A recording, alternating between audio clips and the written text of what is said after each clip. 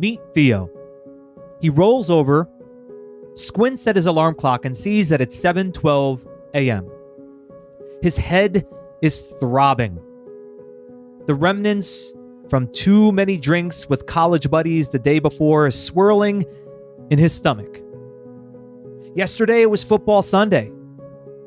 He went out, drinking, telling stories with old friends. And today it's Monday morning and it's hitting him like a freight train. He gets out of bed and looks at the mirror in the bathroom, and he sees that same reflection and has the same questions he's had for so long. For 5 years, Theo has been a senior account executive, and he's doing all right, getting commissions, hitting his quota, but he feels like he's just coasting. No real spark, no real goals that he's after. He's thought about climbing the corporate ladder, but he sees what his manager does. That doesn't excite him. He's even thought about diving headfirst into crypto, or maybe changing industries to something that's a bit more challenging or risky or exciting. But he's stuck. He's stuck in habits that don't serve him. He's stuck spending time with the wrong people, stuck in a relationship where he finds himself shifting from loving his girlfriend to questioning if she's the one, and stuck between uncertainty and ambition, fear and excitement. Theo's life is full, but it's not fulfilling. He'll listen to podcasts about wealth and self-improvement. He'll get ideas and he'll write them down on a bar napkin, but then he finds himself throughout the week getting into his daily routine, forecasting, demos, end of quarter goals that have nothing to do with his own life. And Theo wants more. And he starts his week the same way he always does. Pouring himself a cup of coffee, checking Slack messages on his phone, and telling himself that he'll think more about this next weekend. Today, I'm chatting with Caroline Miller, who knows what it's like to be drifting without direction and how to break free from it. Caroline is a globally recognized expert on goal setting, on grit, and on authentic success. She has a deeply personal story of overcoming adversity. And from studying at Harvard to writing best-selling books like Creating Your Best Life, Caroline has helped thousands turn intention into action. And I'm excited to hear how Caroline would help someone like Theo, how to help him turn aimless achievement into meaningful goals, and how to get grittier on what matters most. My name is Jay Abbasi, and welcome to Unstuck. Real people, real stories, real solutions. While the details are changed to protect anonymity, what you just heard is based on a true story of challenges that come up in the real world. And we discuss how to navigate these environments with practical tips to help you get unstuck and build a more fulfilling, impactful, and balanced life and career. So Caroline, you've written 9 books. I want to hear more about maybe you writing, because I'm writing my book right now. Maybe that's another conversation. But in one of your books, My Name is Caroline, you share a story of what you had to overcome. And I'm sure that there's so many lessons that you pulled from that. So I was going to ask if you don't mind sharing that story. I don't mind at all. I really do believe my life began in February of 1984 when I was in a 12-step meeting for compulsive eaters. I was 21 years old. And somebody said that her name was Betsy and she was recovering from bulimia one day at a time. At that point, I was like 8 years into the behavior. I knew it was going to kill me, like it killed Karen Carpenter. I was newly married, but it was a hopeless time for people like me. There was no cure. There was no hope. People didn't talk openly about it. There were no celebrities going public. This was a curse. And it's now we know so much more about it. It's an addiction, runs in families with alcoholics and depression, et cetera. But that night, somebody gave me hope that I could do something nearly impossible because she said she was recovering from bulimia. And I learned everything about what goal setting and grit and well being and true giving and happiness was really all about, because I pursued that goal because it was my goal. It wasn't my parents' goal, my school's goals. It was no one else's goal. I wanted to live more than I wanted to die. And I was willing to do whatever it took. And I slipped, I fell. It was not a perfect straight line to recovery. But at this point, I have 40 years of unbroken recovery. And that now is considered the holy grail, because we didn't know if people could recover 40 years ago. I mean, it was like an impossible thing. Who's talking about it? Who's in recovery? There were no treatment centers. But now the thing is, can you stay in recovery? And that's why I wrote the book Positively Caroline, because I felt like it was more important to talk about how do you stay in recovery through relationship changes, body changes, having babies if you're blessed with children, menopause, whatever it is. A lot of people don't think you can stay in recovery. And I felt it was important to throw my story out there once more and say, look, it's possible. Yeah. Well, I appreciate you sharing your story here and sharing it with the world. And we Thank were you. just talking about this before the recording, how a story, someone's story can Yeah. inspire. Yeah. And you were just saying how you want to stay recovered. What I thought of was it's oftentimes in the dark moments, the challenging moments where you're more likely to fall into the old pattern. Would you say that that's true? It's when difficulty arises and you maybe didn't expect it, where you can fall back into an old pattern that no longer serves you. I think if you're unprepared for challenges, if you've only dwelt upon this vision of yourself at the end of completing a hard goal, this kind of mental focus on the what you where you want to go as opposed to what you have to go through to get there can lead people to hit speed bumps and fall apart. But if you're prepared, dark moments don't have to be setbacks. It could actually be the time when you reinforce to yourself that you have grit, that you have people who have your back, that you have a plan, your strategy. I certainly had dark moments on my way to recover from bulimia, but it was getting back on the horse that threw me, that showed me that I had resilience and later grit. And so those dark moments are teachable moments, but you can be prepared for them. So how does one prepare? That was the next question. I want to hear more. How does one prepare? Yeah, well, if you're doing something for the first time, goal setting theory says it's a learning goal. So let's say you're recovering from bulimia for the first time. You want to flatten your learning curve as fast as possible and find people who've accomplished it before. So you want to learn about what did they face? How did they learn to go to restaurants and order meals? For example, I didn't know what a portion was. I had to go to restaurants and look around at other people's plates and like, oh, that's a portion, because I was used to eating for 4 or 8 or 10 or 12. And so you learn as quickly as you can what you have to do, but you learn it from other people, good sources of information. That's what prepares you for these setbacks. Yeah. Well, it's the old adage. It's so true, right? We just don't know what we don't know. Yeah, And I think it requires a willingness to be able to state that, because yeah, I think the contrast of that is yeah, believing that you know it all, and yeah, I've tried all the things yeah. and nothing works for me. Yeah, well, that's quitting, and that's a lack of grit. And grit is marked by humility, not arrogance. And so, people who have humility, intellectual humility, and social humility, they know what they don't know, and they're comfortable being that person, asking questions, being curious, kind of turning to other people and saying, "I don't know how to do this. Can you show me the way?" So, unfortunately, we live in a society where a lot of people claim to have expertise that they don't have because they don't want anyone to think less of them. And so it's really important to have humility, and it's an endearing quality. It gets you more supporters and more friends, but it's not always something you see exercised in this time and place in history, but it's essential to grit. Yeah, and it requires courage to do that in a world where everyone Yeah. is looking at each other's highlight reels of how great their lives are in social Yeah. media, and you don't want to look flawed. Hmm.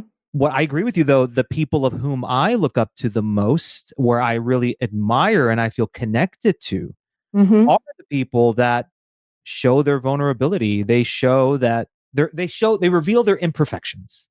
Well, vulnerability is courage, and vulnerability is very brave. And there's so many people who talk about this now in society. Brene Brown has made it a real touchstone of her work with other people, but it's not easy. And for women in particular, the people who shoot at them as they go after big goals are both men and other women.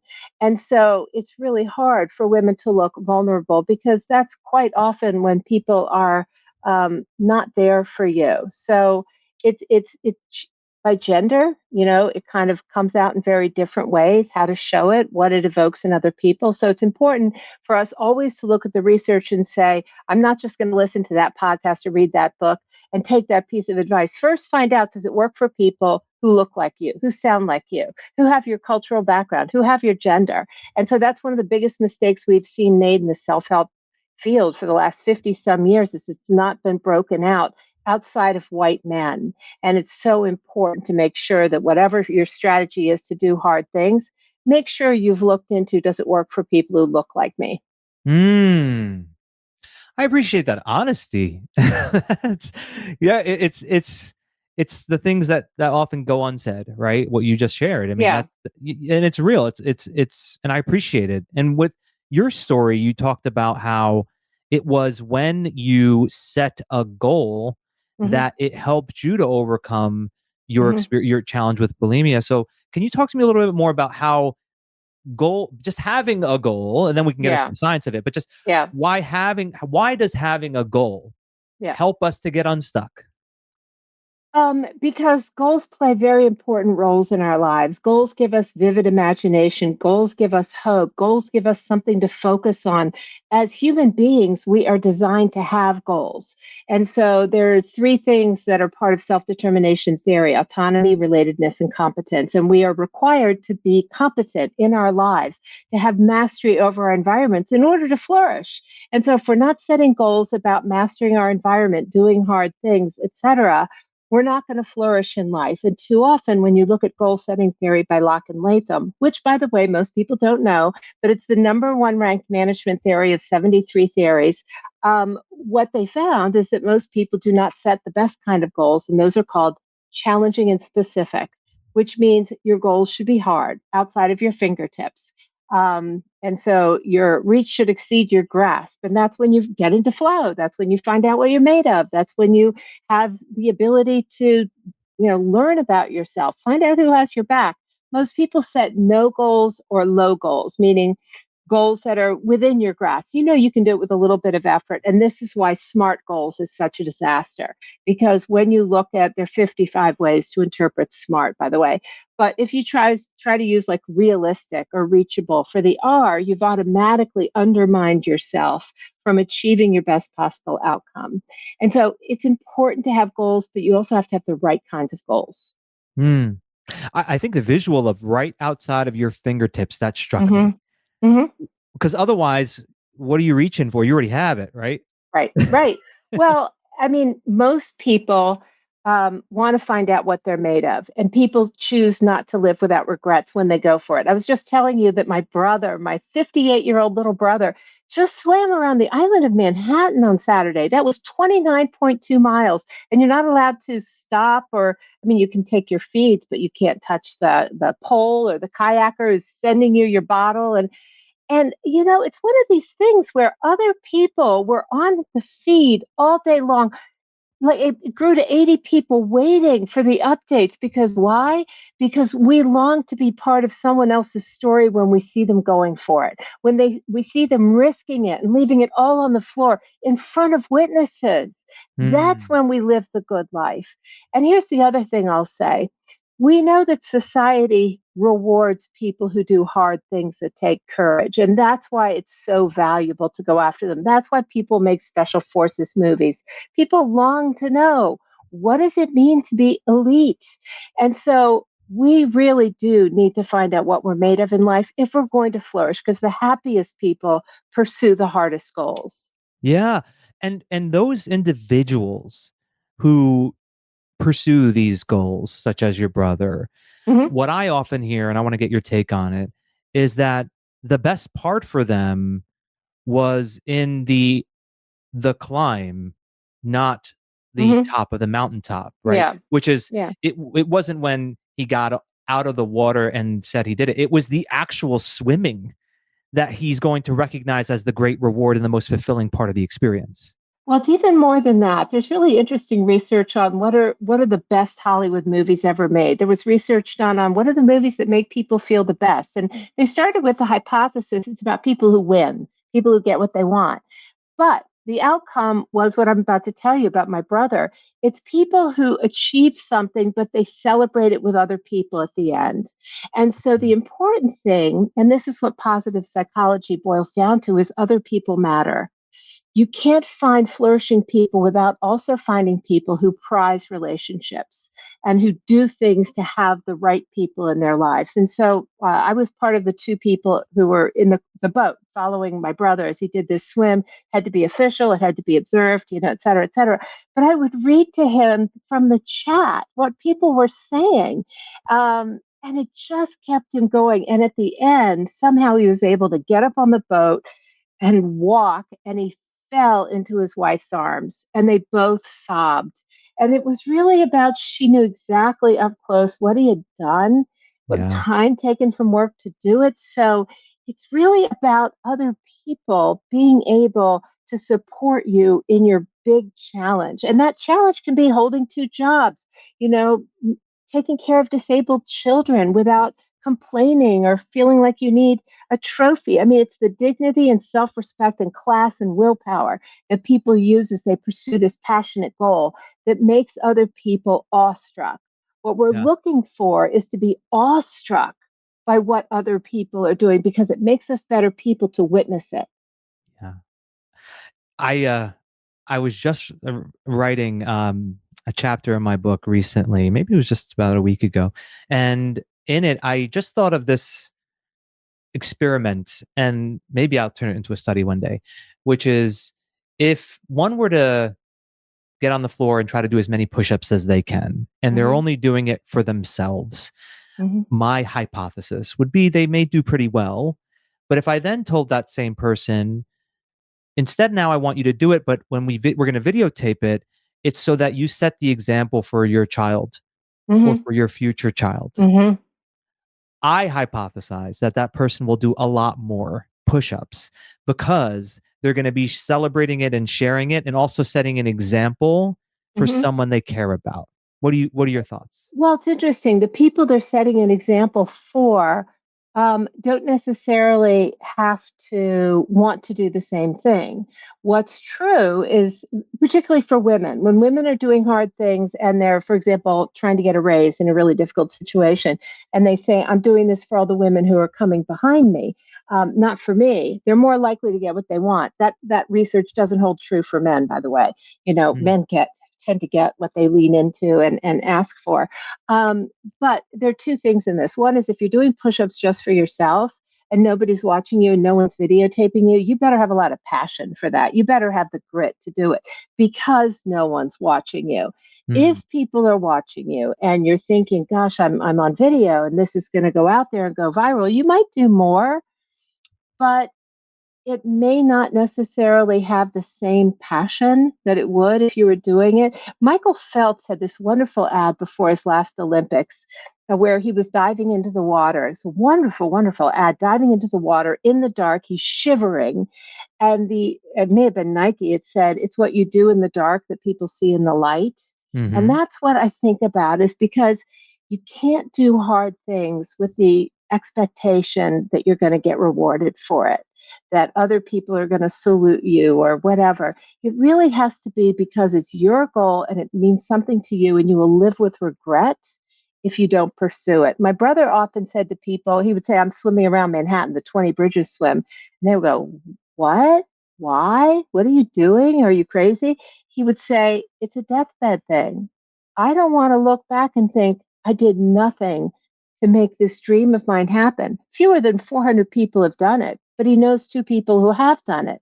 And that mhm, goes to relatable role models. When we want to do things, it's important that we know someone around us who's a relatable role model who can show us, wow, if they did it, I can do it. And that's why I recovered from bulimia.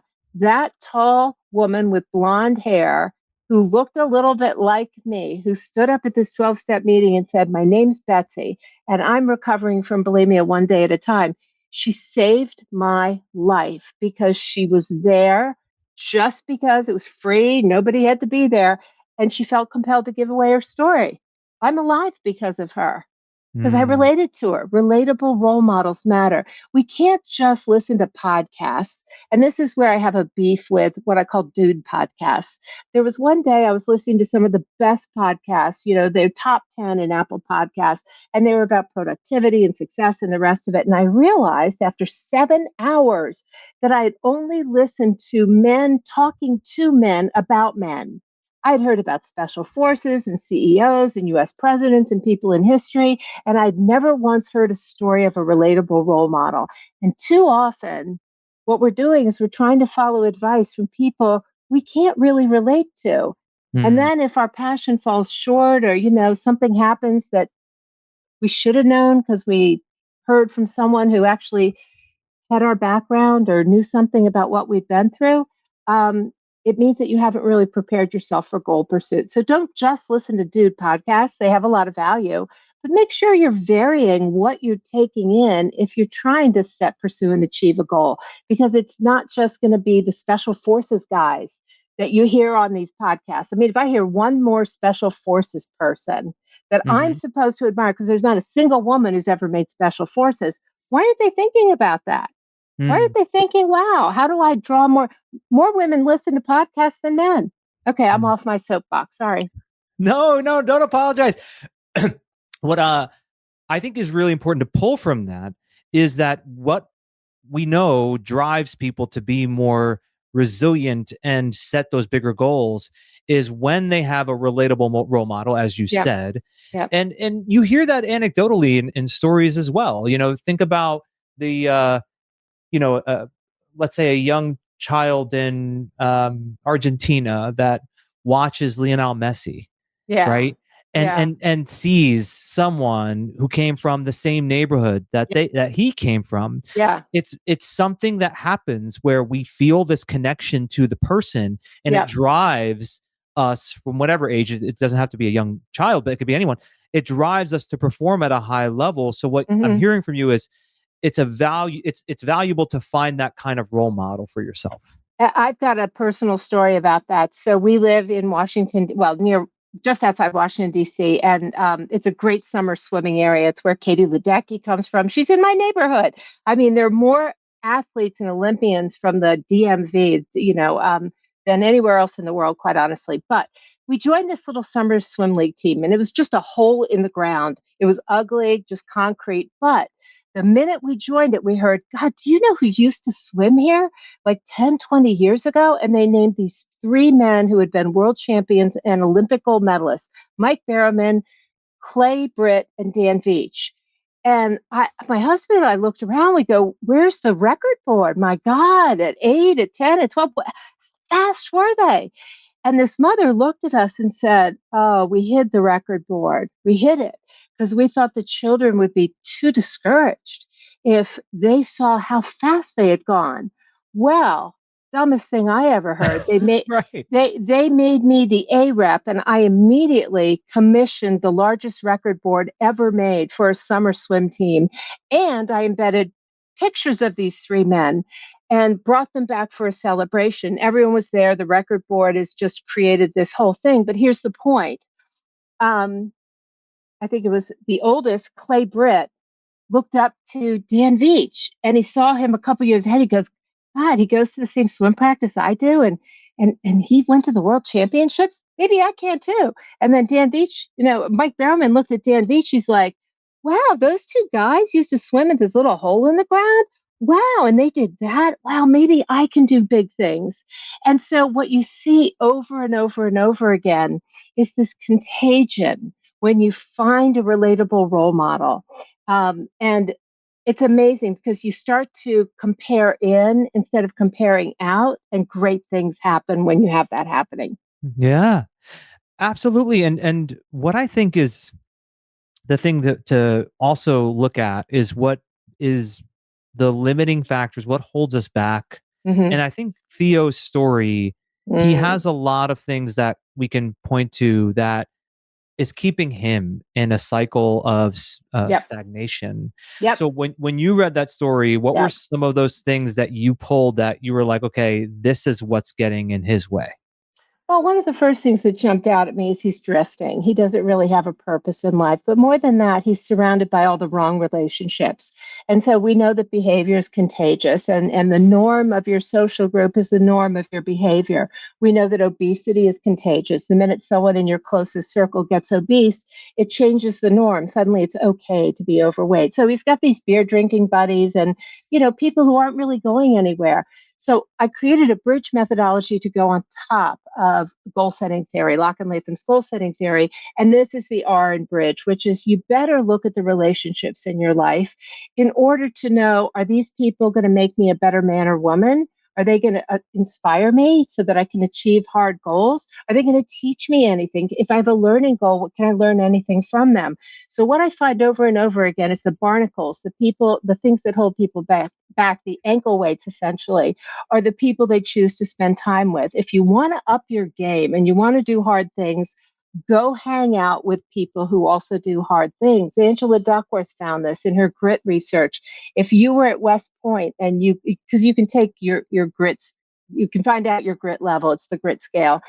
And the cadets who had the low grit scores were roomed with the high grit score cadets because it was contagious. You begin to observe Mm, these minute differences in how much longer they do something. What do they say to themselves? What's their self talk? So that is one of the most important things that I noticed about Theo.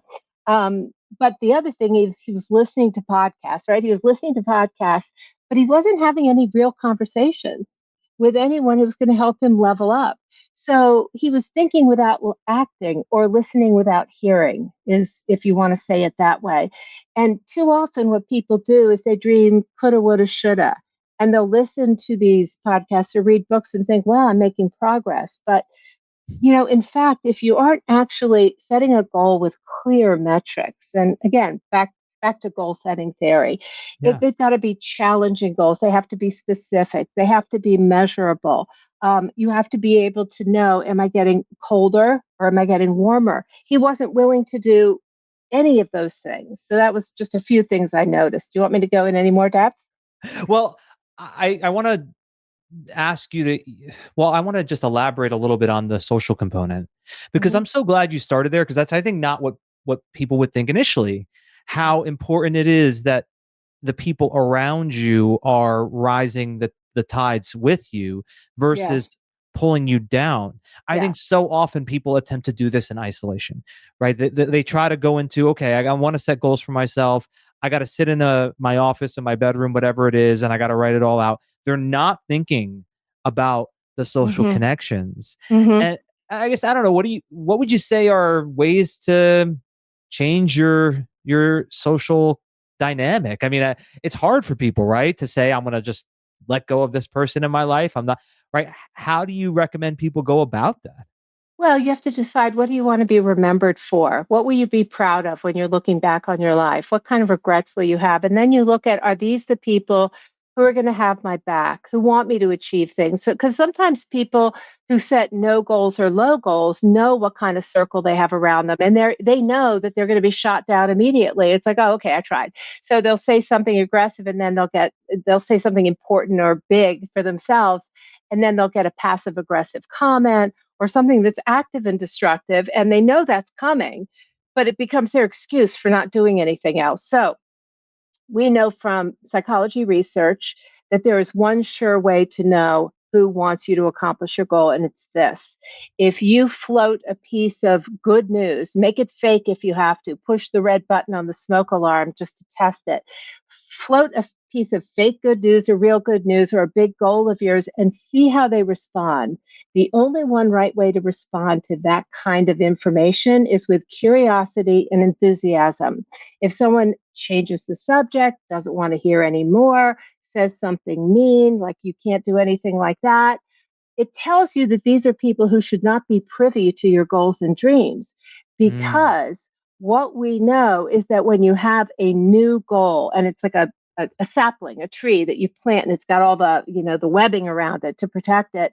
Your goals can be uprooted very, very easily by some harsh early comments from people who don't have your back. And it's very well likely to be in your family. It Hmm. could be your best friend. And this is where women need to be very careful, because 84% of women do say that they're surrounded by frenemies, friends who are enemies, because they don't want anyone to think they're not nice by putting a container around those people. And they do this at their peril, frankly, because if they're floating their goals and their sister or their cousin or their mother or their best friend or their best friend at work says something derogatory, or you'll never be able to do that, or I know someone who did it and they didn't achieve it, you are likely to abandon your goal in the next 2 weeks. So everyone should be in a mastermind group. Everyone should be in a group where it's safe to discuss your biggest goals and dreams and get the support to achieve it, the brainstorming, and then a soft place to fall if you stumble. And if you're not in a mastermind group, if you're not in a group of 3 to 5 people who meet monthly, you're making a big mistake, because this is what, you see a lot of men and some women in YPO, Young Presidents Organization. And essentially that's what it does. They get together, they have dreams, they have problems, and they discuss them. Not enough women have access to those kinds of groups. The two things I want to just make sure all of our audience they hear it again, because it was really important to highlight. Your goals should be met with enthusiasm and curiosity, Yeah. and being very aware of how someone is responding. Yeah. And I like the way of it's not like you're being manipulative. You're kind of testing it, experimenting with how someone responds to Hmm. see if they're going to support or they're going to be pulling you down. Yeah. So the other thing that is in Theo's story, that is in a lot of people's story, about what holds them back Hmm. from both setting big goals and then pursuing them, Hmm. is the chase for instant gratification. Yeah. He wants to drink, he wants to party, he wants to have fun. He then, Hmm. okay, I then have to get back to work and I got to focus on what's in Yep. front of me. Talk to me a little bit about how in our society, especially today, we need to be able to work through that common attraction to instant gratification.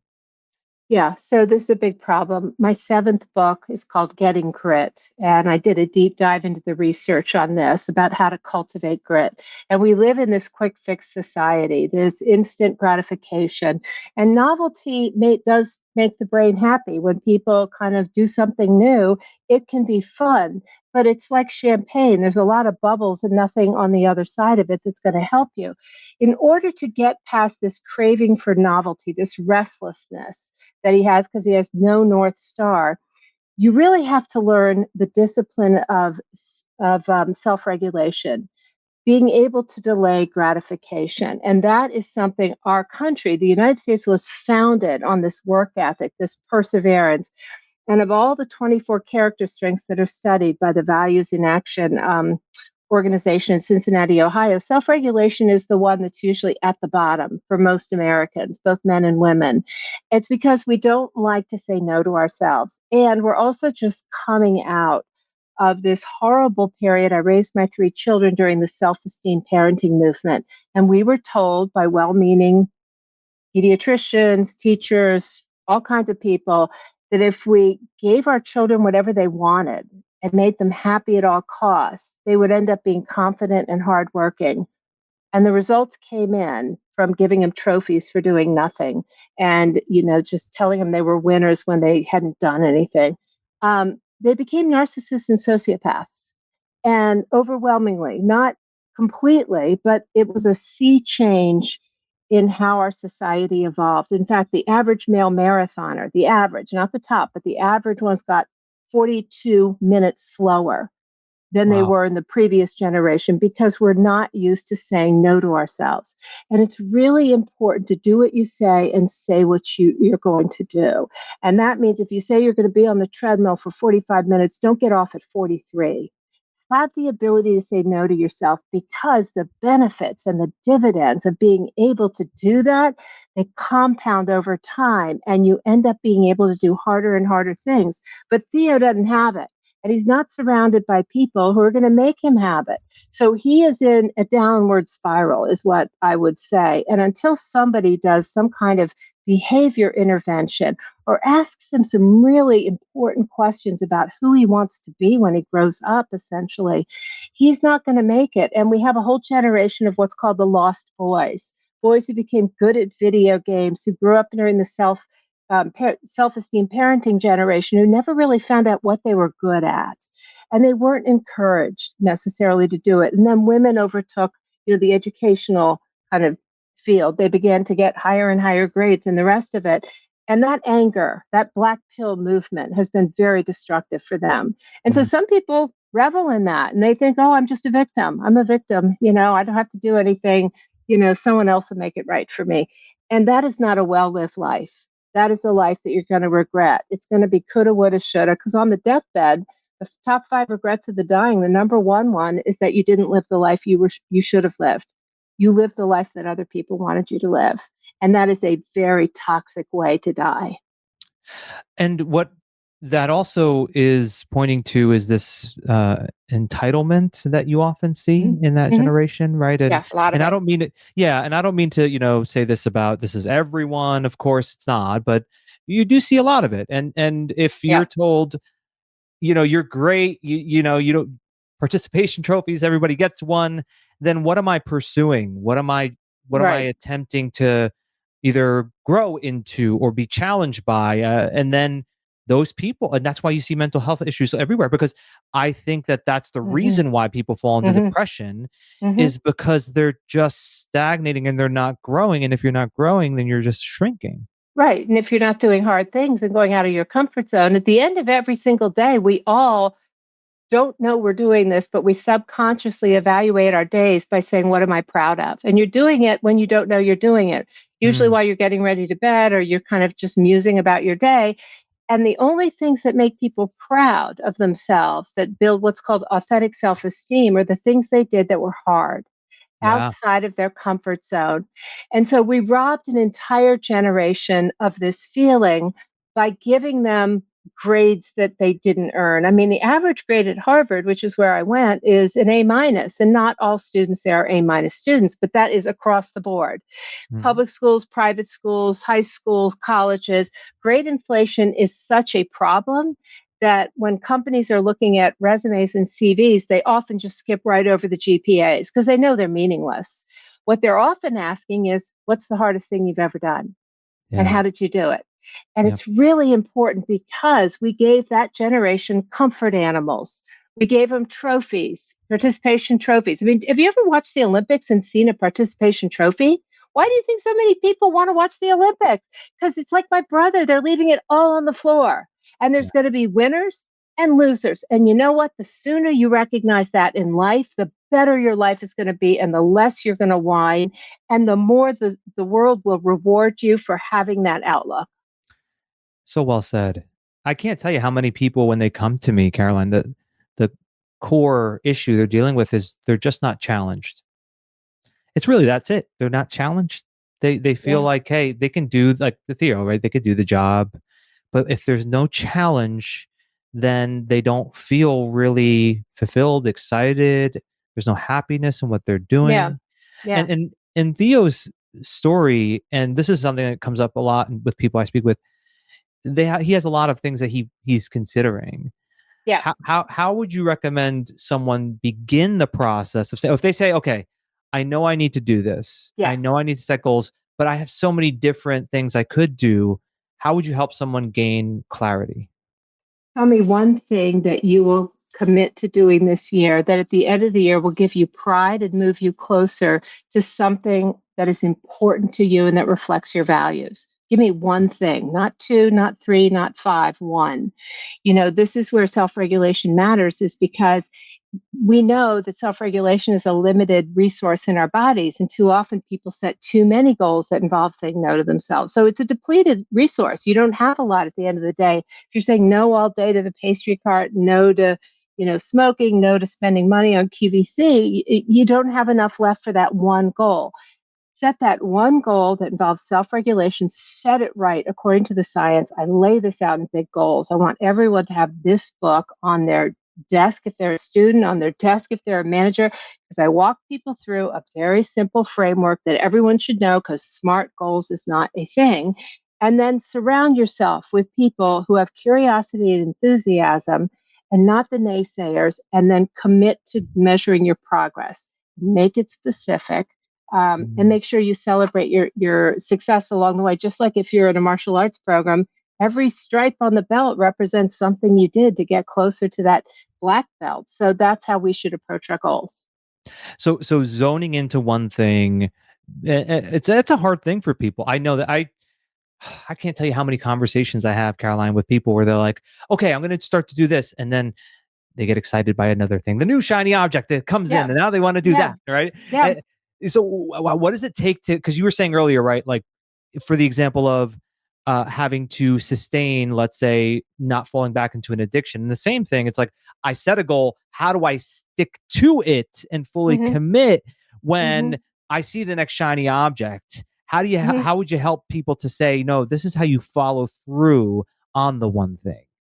Well, you have to change your circle. You have to have accountability. Maybe you need a coach, maybe an athletic coach or a life coach or whatever it is. Maybe you need to be in a course where there are assignments where people have to show up with their progress. I mean, there's a lot of ways to stay focused. You have to look at what are the barriers. The ancient Stoics had this thing called premeditatio malorum. Premeditate the evils in front of you as you set out on your journey. Make sure you know what evils, what temptations are in front of you before you set out on that journey, because that's how you begin to exercise this willpower. And that is really, really critical.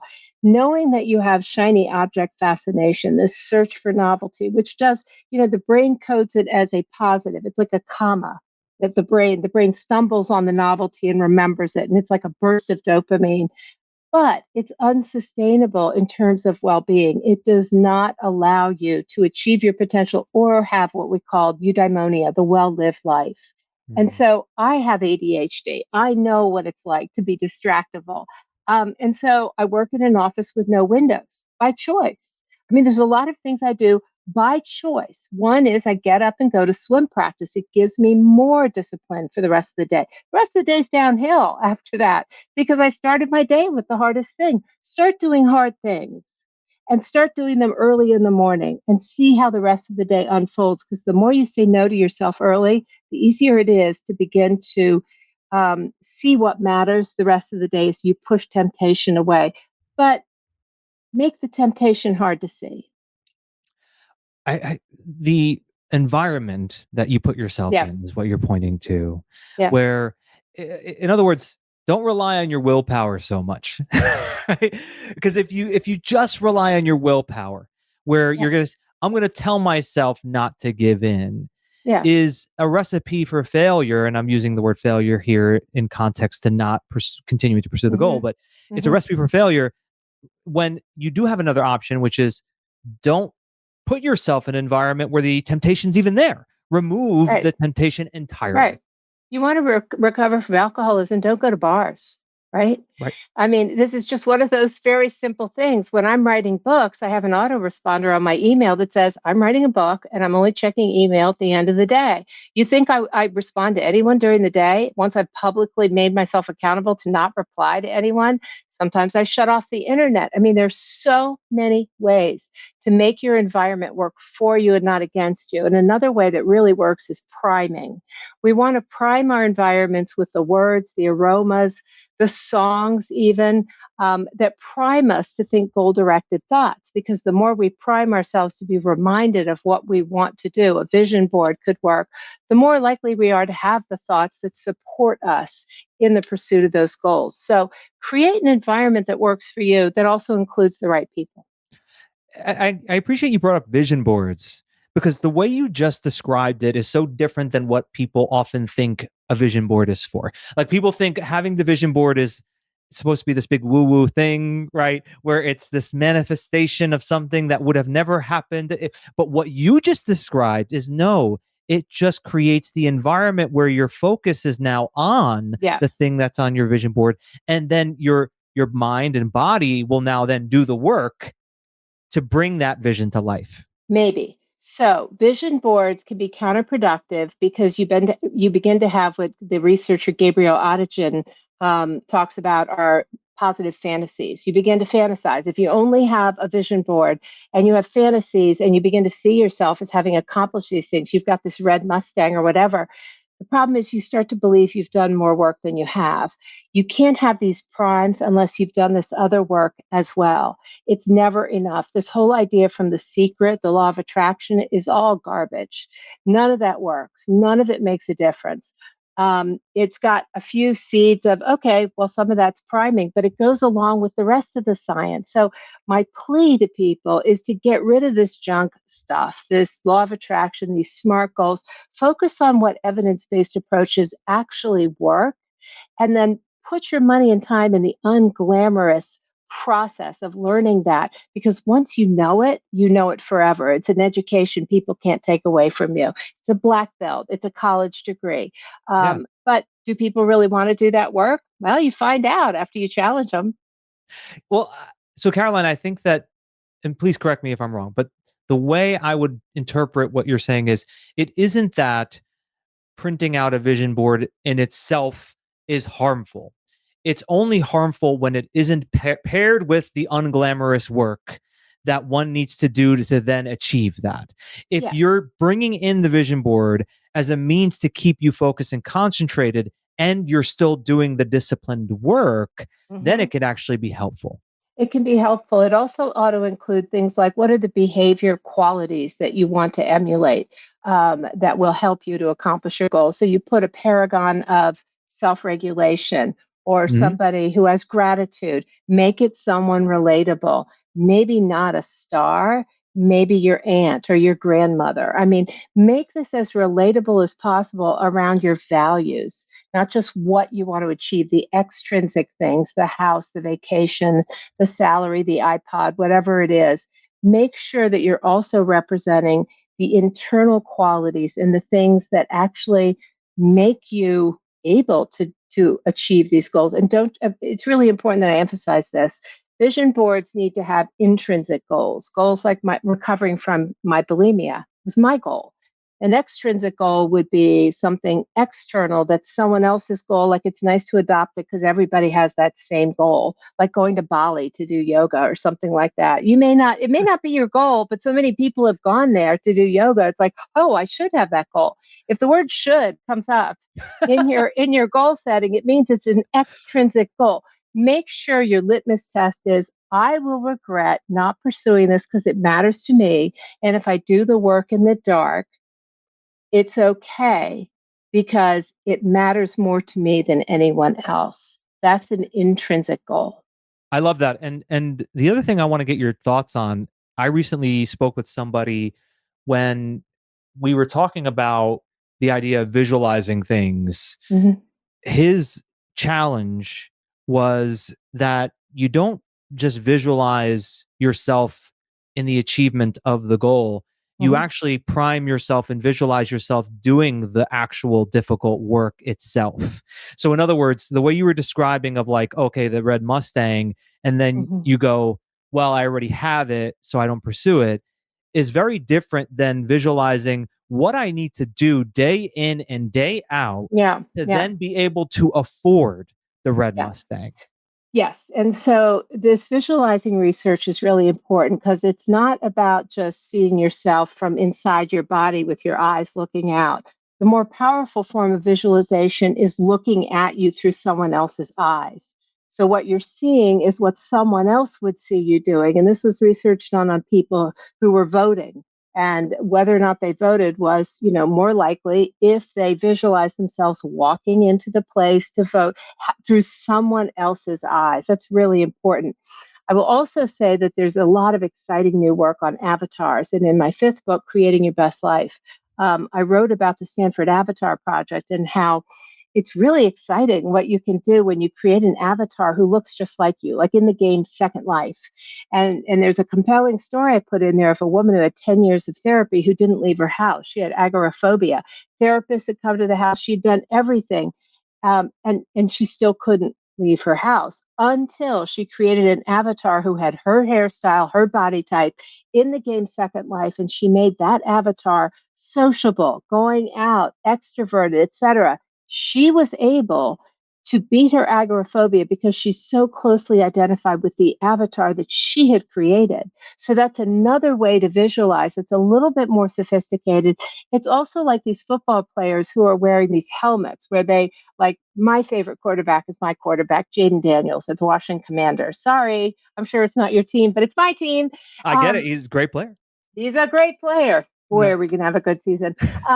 But what they're increasingly doing, because it came out of the Striver lab at Stanford, is they're wearing these VR headsets where they are seeing, they line up at the line of scrimmage and they see in front of them fake, these fake lineups, and they're reacting and learning to what it is they're seeing, and they're learning that way. So it's being imprinted in their brains what they're seeing in this augmented reality headset. It's such an important new development on how we can visualize and see ourselves succeeding that we really have to keep up with technology to know what can help us. And what's valuable to pull from that too is the exercise isn't Jaden Daniels visualizing only himself holding up the Super Bowl trophy, right? Mm-mm. It was him there on the field, Doing the hard work, doing the reps. Exactly. Right. I think that's so important for people to take from this. Yes. And what I want to ask you, Caroline, because I always want to bring up a situation where if you had the chance to meet Theo in this story, so let's say Theo read one of your books and then he reaches out to you and you have a chance to hear his story. He tells you the story. And as you listen, you acknowledge what he's working through, you empathize with him. And then rather than give him advice, you maybe pose a question to get him to think differently. What would you ask Theo in that moment? There's so many good questions I would ask, but I think I would go right back to, do the people you spend time with make you a better man? And do they make you want to do hard things and help you accomplish hard things? That's one question. The other one that's closely right behind it is, what will you regret not pursuing if you're looking back on your life in 10 years?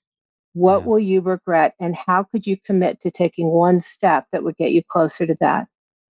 I love it. Powerful questions for all of us to consider, myself included. So I appreciate all of this, Caroline. And for anyone listening, I really recommend checking out Caroline's new book. It's biggoalsbook.com, and you can learn immediately all the information about the book. If you want to learn more about Caroline directly, it's carolinemiller.com. And I think there's also information about your previous books there as well, and in your speaking as well. So Caroline, thank you so much for all of this information, this wisdom, these insights. This is an episode that I'm going to listen back to and take more notes on myself. So I appreciate you so much. Oh, thank you. And thank you for giving me the ability to show my passion for goal setting, because it really matters. I'm not over exaggerating when I say I had over 20 takeaways from that conversation with Caroline. So much goodness in that conversation. I will do as I do here and synthesize it down into 3 insights and 3 actionable takeaways that I hope you're leaving this conversation with. Number 1, in terms of insights, goals give us vivid imagination, hope, and focus. Caroline talked about self-determination theory consisting of autonomy, relatedness, and competence. Having these goals in place need to be fueled by some intrinsic motivation, not because you're trying to get somebody else to accept you or like you. And you can simply ask the question of, if you get to the end of your life, what will you regret not having achieved? And that could be a great starting point. Second insight, behavior is contagious. The people around you, the people you're spending time with, do they inspire you? Do they do hard things? And if they don't, start surrounding yourself with people who do.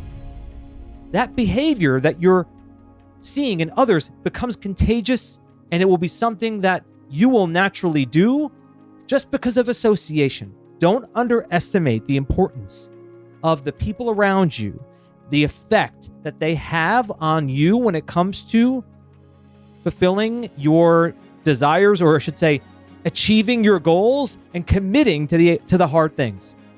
Third insight, it's what you do in the dark that people see in the light. It's what you do in the dark that people see in the light. The hard things, the consistent things, the things that not everybody likes doing. Doing those things, that's what's going to be celebrated as an achievement by others. Actionable takeaways. First of 3. Number 1, set challenging and specific goals. So Caroline doesn't like the SMART goal process with it being something that's, what's the term? Realistic. She would say, have it be just outside of your fingertips. That's going to challenge you enough to be able to get into action. Second actionable takeaway, surround yourself with people who do hard things. Make that a priority. Because if you're just like, I love that you're listening to this podcast. That's awesome. But this is more of a listening for you to learn. There needs to be dialogue as well as commitment to action. And that's something that can only come through people in, let's say, a mastermind group or friends or a coach. Having that accountability, that's what gets you there. Third actionable takeaway, put your time and energy into the unglamorous process. That which is not glamorous. Now, prime your environment for it. Set yourself up to be an environment where you will commit to those things and premeditate the evils in front of you. That's a Stoic philosophy, which is to be aware of what temptations might distract you and make sure to remove them from your environment. That sense of accountability I mentioned, by the way, don't underestimate that either. Having people in your life that hold you accountable, that could make all the difference when it comes to achieving big goals. Join us on Friday's episode. I'm going to dive deeper into how to commit to the unglamorous process, how to be able to premeditate those evils and ensure that you set yourself up for success. How do you prime that environment? We'll discuss how you can create an action plan so that the goal that maybe this podcast made you realize is what you really want to pursue. What is it going to take? How can you create a plan of action that ensures that you commit to the activities, the hard things that maybe you've been putting off for a while? So until next time, thank you so much for listening.